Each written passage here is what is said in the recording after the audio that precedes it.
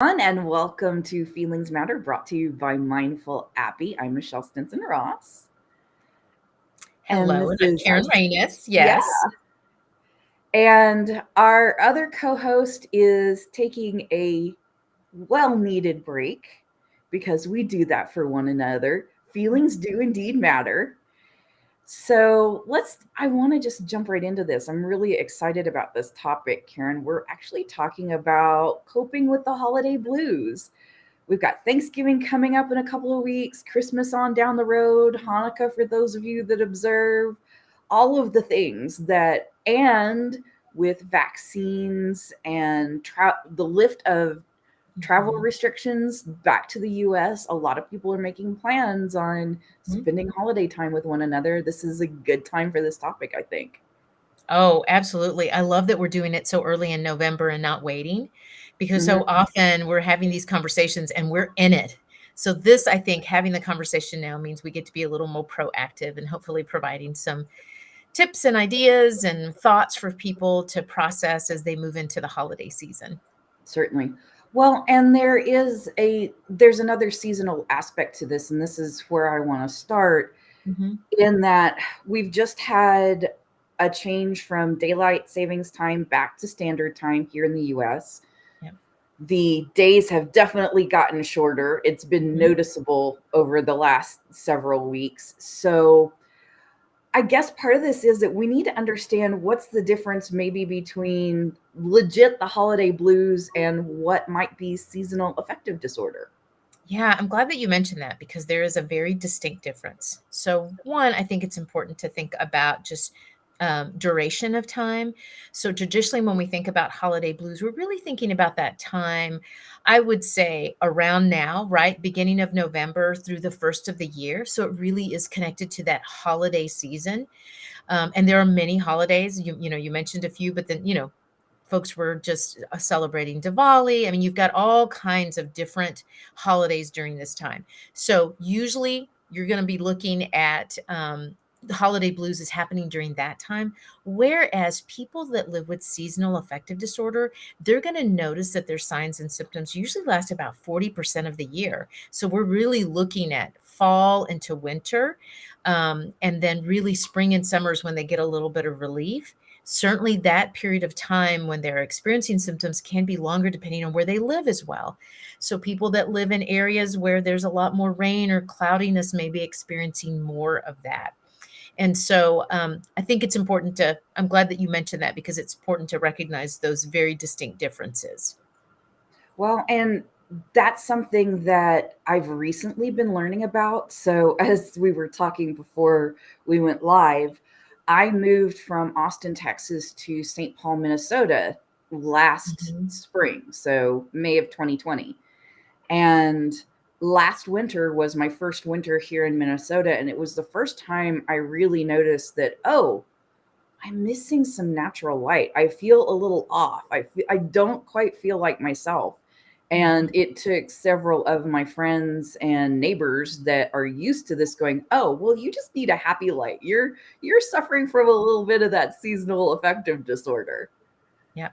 Yep, absolutely. And I think one of the things I did mention, but I think is also important to recognize that the severity of the symptoms are usually far worse with seasonal affective disorder as well than they are with holiday blues. So important to pay attention to that and to certainly try to mitigate some of that by, as you mentioned, the happy lights. So I know when my daughter moved to Portland because she lives with depression already, I definitely bought her a light that she kept on her desk so she would make sure to get 30 minutes or so at least every day of some of that light because we are humans and we are impacted by everything that's around us. So even if you traditionally maybe don't experience depression, you may experience seasonal affective disorder, especially if you move to an area where you're not getting a lot of sunlight and exposure to those kinds of things. So good to pay attention to that. Mhm. Mhm. So, what then are some of the signs that in particular that it's the holiday blues, holiday related depression? Yeah, and those holiday blues can again be very similar in terms of some of the signs or symptoms that folks sometimes will experience. So, I think you may experience some of the fatigue, tension, frustration or irritability, loneliness or isolation, sadness, or a sense of loss. I think recognizing that holiday blues in particular, if you've had some loss in the previous year, I mean, this is holidays are those times in particular when people who've been grieving the loss of a loved one in the course of the year, this may be when it hits them really hard because suddenly, all those folks aren't gathered around the table during the holidays. So I think it's particularly important for people who have recently experienced any kind of loss and are grieving already to pay close attention to that because they may feel a heightened sense of that. You may not feel like celebrating the holidays. The rituals and traditions that mean so much to you may be challenging to experience, in especially if it's the first year. But for some folks, it can be 5 years later when you're still experiencing that Mm, sense of grief. So those are some of the things that folks might experience. I think it's important to recognize some of the causes for those feelings that many times the holiday seasons, especially when we paint that Rockefeller painting of what those holiday seasons look like, I think can make us feel a certain heightened level of expectation, high levels of expectation in terms of what it's going to look like. So many of us are striving for that perfect experience. And this may be particularly true this year. As you mentioned, now that maybe there may be more opportunities for us to gather with family and friends, we may, heighten our expectations of what those gatherings are going to look like and feel like. And we may put a lot of pressure on ourselves to create those perfect holidays. Many of mhm, us for that comes around gift giving. Like, I think I saw some data that said like 40% of people, like the bulk of our stress over the holidays is around gift giving. Like, who am I giving gifts to? What are those gifts? So for a lot of folks, it's around the gift giving and also the finances that are involved as well. Because many people, again, find themselves spending more money than they actually should during this holidays because they're, mhm, again, striving for that perfection of an experience, trying to sometimes relive something that we had previously. So, and then I think around the holiday season, many of us find ourselves not sleeping as much, right? Maybe we're um, sleeping less in a traditional year, and maybe this will look more like it this year. There's parties and events going on. There's the pressure to not say no to things that maybe we feel like, I don't really want to do this, but you feel the pressure to say yes. mhm, So those, the expectations, the sense of here's certain things that I ought to be doing and feeling the pressure of maybe not being able to say no to things, the grieving that we may be experiencing. And on this podcast, we've talked about the fact that many of us have been having this collective sense of grief that maybe we can't quite pinpoint. It's not always loss of life, even though many of us have experienced that. Many times it's loss of this last year, of the traditions and rituals that maybe are a little wonky this year because it's different. All mhm, of those things play a part in our grieving.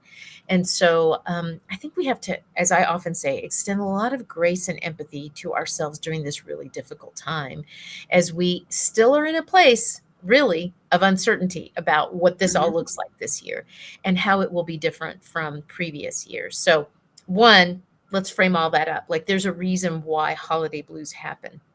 And then you mentioned some of the signs, which I think I pointed to some of those already in terms of what the signs might be. Right, right. Well, and I because we're talking about that expectation for gift giving, for the creation of the event, the experience, right? Well, on Mhm. top of all of that, what's been in the news, but all the supply chain issues. I Yep. can't tell you how many news stories I've watched already about how much more expensive the turkey and everything else is going to be. And you better start buying your Christmas presents now because supply. Did we really need that on top of everything Yeah. else? Yeah, and I'm glad you mentioned that because I do think that that adds another layer of stress, right? I mean, I know I'm guilty already of having been to the store, and I know this is silly, right? But like my family has these like favorite candy that they look forward to during the holiday season, and it's like they're not on the shelves, right? So I Mhm, did sort of think, well, let me pick up the things that are maybe not top favorites, but things that I know my family likes now because gosh, like I don't know what it's going to look like in December. mhm, And so, yeah, that does add. I think it's important to recognize that we are recognizing that because of the shipping issues and the supply and demand issues, things we are also seeing a certain elevated or costs around some of these things as well. We are seeing that some of the things we may not have access to this year, and that can be both frustrating and also add to the stress of the uncertainty piece. Like, Mhm. really, we're sort of at this place where we just want things to be quote unquote normal again. And so here we are, to your point, like, hey, feeling a little bit better about vaccines and numbers being a little more manageable in relation to COVID. And so we're sort of feeling this little, sigh of relief. And then, oh, here's another thing that maybe you hadn't thought about is going to happen now. So, Right. yeah, I do think that it definitely adds to some of the stress. Um, I also want to add one more thing that I think may be a factor this year, which is in regards to workplace. We've seen the mass resignation, right? We talk about the mass resignation that's happening. Lots of folks in just the last few months have started new jobs, and that's. I mean, I think it's important for us to recognize that even good things, even things that we choose and say, "Hey, I'm ready to leave this job. Oh, and I got this brand new job, and it's better, and I like it, and here's the things I like, and maybe I'm making more money." However, change, regardless of how good it is still Mhm. change, and it does impact us and can also cause a different level of stress for everyone. So I think it's important to recognize that this year that's also a little bit different for a lot of folks. A lot of folks are Mhm. in new positions, having to sort of feel their way through new cultures and environments, and feeling, like they maybe can't take time off for the holidays the way they usually do because it's a new job. So that adds another layer of just stress, and I think it's Certainly important to does. recognize the holiday blues is really stress that comes from this, again, adding added and heightened sense of how things ought to be during this time. And you mentioned gifts in particular, and I just kind of want to move into sort of talking about what are some of the things that we can do to sort of Yes. mitigate some of these feelings. Um, and so, one thing that I think families need to do and people can do about just being creative this year, we are a culture that's really focused a lot around commodities and the purchasing of things. But I think it's so interesting, especially some of the studies that have been done around kids in particular, in which we're always striving to get them the latest, best toy and all of the stuff we buy, right? Whereas studies have been done with kids where they often talk about the thing that they really want is to spend time with their family. Like, they want to sit down and play games with their families and go on hikes and do things. One of the things I know our family did a few years ago is really started to focus more on experiences together. So, what are we doing Mhm. together? What are the kinds of things that we like to do together that maybe we don't make time for during the year? And let's make sure that we're having experiences, and that can be a gift as well, right? I love the idea of that gift of time, that concept of creating little coupons for each other that says, hey, this gifts you with, whatever that is, going and getting our nails done together, or, cleaning up the house for you one day so that you don't have to, or whatever those things are that are gifts of time and Mhm. gifts of recognizing what it is that people sometimes get overwhelmed by, and saying, hey, here's a thing that I'm going to help you with. Or even just small things like, is there some craft or art that you do that you might share with folks? Or can you, as a family, I mean, we're seeing a lot of families that do this, that say, hey, let's have a no buy Christmas where we really don't buy gifts for each other, and we really do just focus on simple things and spending time together. And the reality is, we all get to choose what our rituals and traditions are and how we're going to, experience them. I think so often we feel the pressure of the cultural pieces of what the expectations are Mhm. on these holidays. And I think people forget that they get to choose what these experiences look like, and what they're going to spend money on and how much stress they're going to allow. Right. As we often talk about stress, like, I think we forget that we get to choose how we experience this. And I think that's important to mention. I'm often surprised whenever I'm in groups and sort of mention this, how often people will raise their hands about things that they've have started to do differently, or that they are valuing in a different kind of way. People get really creative. And I think that's one of the cool things about the pandemic. Like, it really caused us to get creative. So what did you do? Like, what you're pointing to yourself, Well, like, it wasn't pandemic, but it was like right after my divorce. Two of the three kids were still in high school.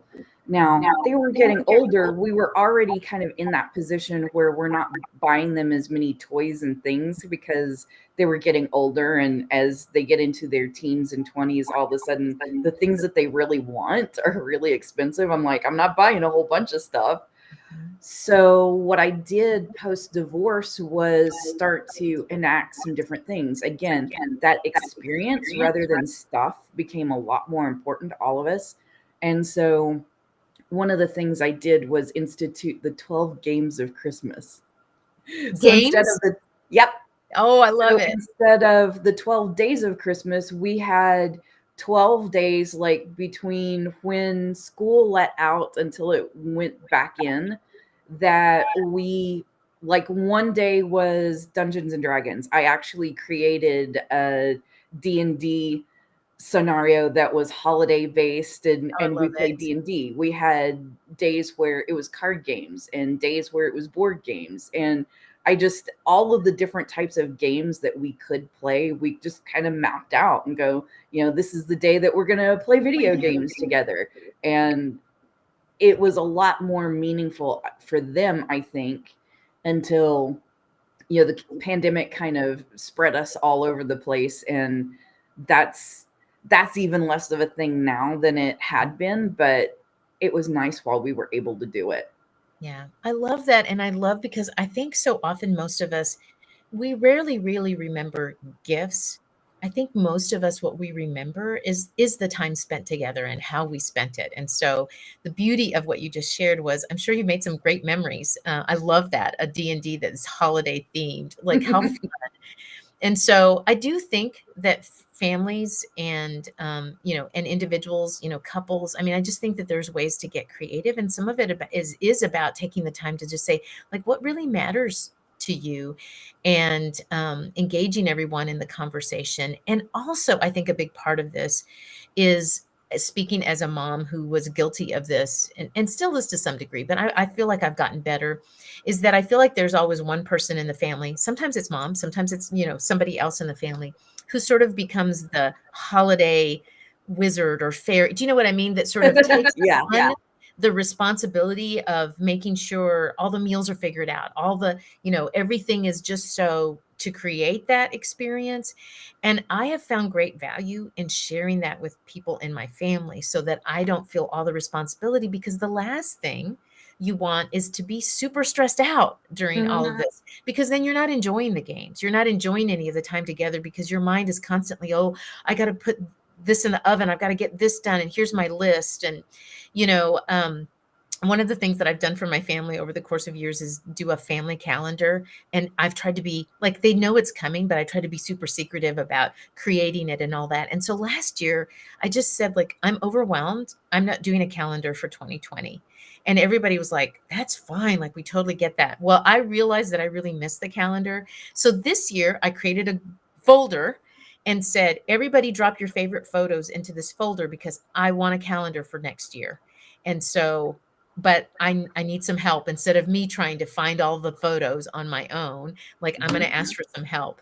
And so I think, again, just the power of asking for help is so important, and really deciding, like, what's the extras that maybe you don't do so that you create opportunities to not feel so stressed out and to really elevate the stuff that really matters to you. And so I think Right. that's one of the really important ways that we can minimize our experience of holiday blues, is just by being gentle and kind to ourselves and inviting other people to do the same.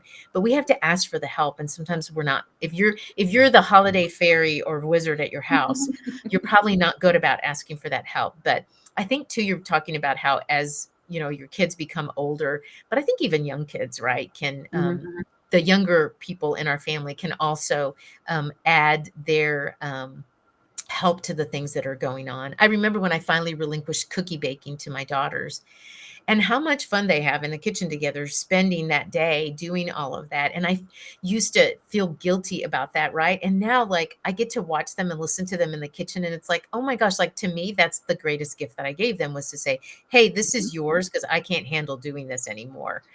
Well, So it's also part of that process of like passing down family recipes. I yeah. did similar things as the kids got older through the course of Thanksgiving. So I can remember when I was a teenager in high school that I finally was allowed into the kitchen with my mother and my grandmother. And my grandmother was making the dressing to go along with the turkey and everything for Thanksgiving. And I came to discover that the dressing that I loved so much, I mean, just like pig out, I love so much, didn't actually have a written recipe. The only way my grandmother knew to pass this on was just for everybody to come in and she would show us how to make it. Mhm. And I purposefully, even though I could have written down how to do it, I Mhm. purposefully didn't because there was that element of the experience of having this process passed down by learning by doing, so Mm. that when my kids got old enough, that's exactly what I did with them. It's like, this is your grandmother's recipe. It's the super secret thing and we don't write it down, but here's how you make it. Yeah. To How the point fun. that now my adult children can make it whenever they want. And it's something that every time they make it, they remember this process of being, just like I do, of being together and learning to make this. And this is part of our tradition. But it's Yeah. also part of that, hey, we're going to pass this knowledge down rather than keep it to ourselves. Absolutely. I love that. I love that. That's just a great example again of asking for help. And then I just want to remind folks as well that I think we mentioned a few of these things, but I want to just affirm them in terms of Mhm. really setting reasonable expectations for yourself and everyone else. I would say inviting everyone into a conversation about it so that everyone has clear expectations. Like I said, last year, my saying, I am not going to do this calendar this year. I feel too overwhelmed. And you know what? My family fully supported that and said, hey, we totally Mhm. get that. But really inviting people into that conversation, just doing all the same self-care stuff that we talk about, which is trying to keep as normal of a schedule as you possibly can during the holidays, making sure you're getting enough sleep. In the midst of all of the really fun holiday foods, making sure you're also getting some good food into your system as well, right? So eating some healthy things as well, I think is really important. Staying hydrated, um, playing. We've talked about this in the past that so often we're rooted in this culture that's all about doing, Mhm. and the power of just making sure you're taking time to play, whether that's playing games, going on hikes, sleeping, the power of just taking naps, whatever that is, but making sure that we're making time for that as well. I think setting a budget for yourself, I think can be really helpful and can kind of take some of the stress off of spending more than you ought to be spending, because I think so often that's what hits people really hard in January is that credit card bill comes in and it's like, oh Mhm. no, how did that add up so quickly? So I think there's really power, since we know a lot of the stress of the holiday season can come from the spending, is really creating that budget and saying, what are you going to spend? And really sticking with that and knowing that that's a form of self-care, to do Mhm. those kinds of things. Mhm. And then I think because, again, this is a little bit different, but um, because there may be more interaction this year with folks, is also remembering that if you're the kind of person that really needs a little bit of self time, and most of us do need some of us need more than others, but making sure that you're setting a priority for that, to take care of yourself and maybe spend some time, maybe going on a hike by yourself or a walk by yourself or taking that nap, or Mhm. setting aside some time to just recharge your battery when you need to, because especially this year when everybody feels like, oh my gosh, we haven't spent any time together, they can be a real push to spend a lot of time together. And if Right. you're the kind of person that gets overwhelmed by that and says, hey, I just need like an hour of time where I don't talk to anybody or do anything with anyone. One of my daughters is a pretty high introvert, and she's always such a great model for that for me, of just setting those good boundaries and saying, "I here's what I'm able to do. Like I want to do this, and I'll come over for this, but then I'm leaving at this time because I need to make sure I get home in time because I need to sort of." Decompress and get ready for the week. Like, I love that, knowing what your boundaries are and being able to just set those boundaries with other people, so that you can continue to just be the best version of yourself. And so Certainly. only each of us know what those limits are, and it's okay to set them and it's okay to share them with others. In fact, I would say not only is it okay, but it's really important that you share them with others.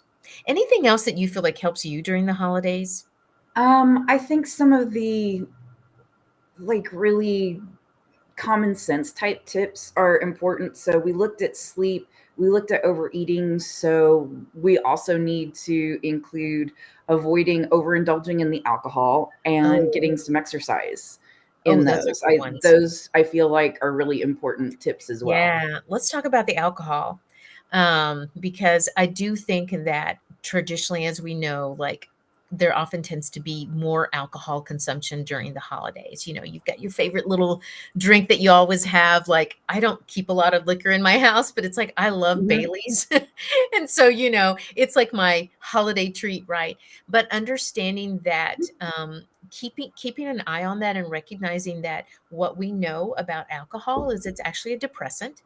So, while we consume it in an effort to it makes us feel a little more bubbly and whatever, right? Like understanding the real health impacts of alcohol and that your body has to work extra hard to actually work through the toxins in your body, especially around alcohol. So, being mindful of really taking good care of that and how much are you drinking, and even just a simple thing like making sure that okay, you're having a drink and then let your next drink be water, a big glass of Hmm. water or sparkling water. Or I know at Right. my house, we do a lot of now non-alcoholic fun type stuff where you use all kinds of, I mean, these days there are so many fun little mixers that you can use with sparkling waters and a vast variety of sparkling waters. So just being aware of that because we don't realize how much that can impact us, especially if we're having, again, several days in a row of Right. alcohol consumption when maybe you're not used to it.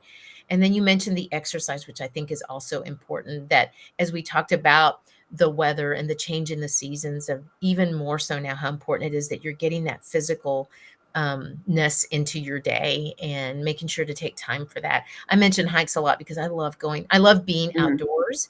And I do think that, again, the data and the studies show that there is something really powerful and helpful to our bodies and our brains when we spend time outdoors.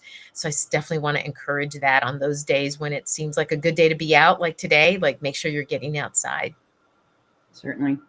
I think one other caveat I'd like to add, particularly about the alcohol consumption, Mhm. is we're now in a season where we're probably consuming it in a social setting. And I know for myself, I don't always pay as close attention to how much I'm consuming because I'm also involved in the conversation. I'm engaged with someone else. And, you know, who, depending on your friend group or your family or whatever, I know I've been in situations where a well meaning person would just keep topping it up. And I wasn't really aware of just how much I was consuming because I was entirely controlling my drink like I ought to.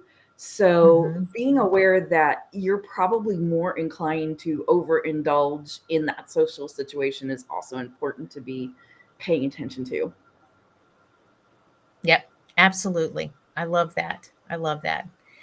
Yeah, lots of, I mean, I think we mentioned a number of things that are really, in the big scheme of things, sort of small things, but I think it's the practicing some of these things can really avoid some of the long-term overwhelming impact of, not taking good care of ourselves, not getting enough sleep, eating too much sweets and junk food, drinking too much alcohol, like all of those things I think can Mm, become, it can have sort of this cascading effect. And so then we hit January and we're just like, oh, and so, the more proactive we are, like, I think being really intentional as we hmm. step into this holiday season of saying, "Hey, here's some things I'm gonna do to make sure I'm taking good care of myself."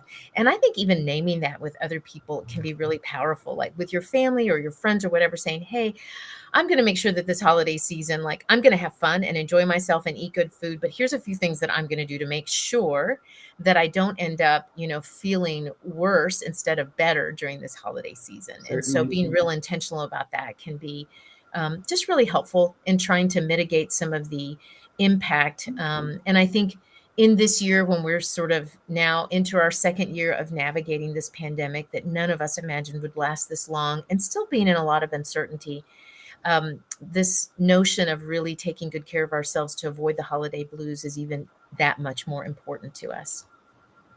Okay. One last thing, I want to make sure that everybody has an opportunity to get the support they need, reach out when they need to. And I know that you are a critical part of NAMI Central Texas. I'm going to put the link in the comments as well as show it here on the screen. But I think this is one of those times a year where it's important to remind people that should you need extra support, should you need to be able to reach out, this is a resource. Mm-hmm. Yep, yep, absolutely. So NAMI Central Texas, you can find us at namicentraltx.org. And I'm so glad that you mentioned that. So we have all, I mean, again, paying attention to the mental health piece and understanding that holidays have a way of triggering. So knowing that we've got support groups that you can access at no cost, they're all virtual right now, so easier to access. But the other thing that's really great about visiting our website is we have 3 different pages that you can visit with resources. One is just regular mental health resources, a full website page full of information, resources, ideas on how to take good care of yourself. The second is the crisis resource page. So if you feel like you or someone else is in crisis or moving into crisis, so many great resources there as well. Phone numbers, places where you can reach out.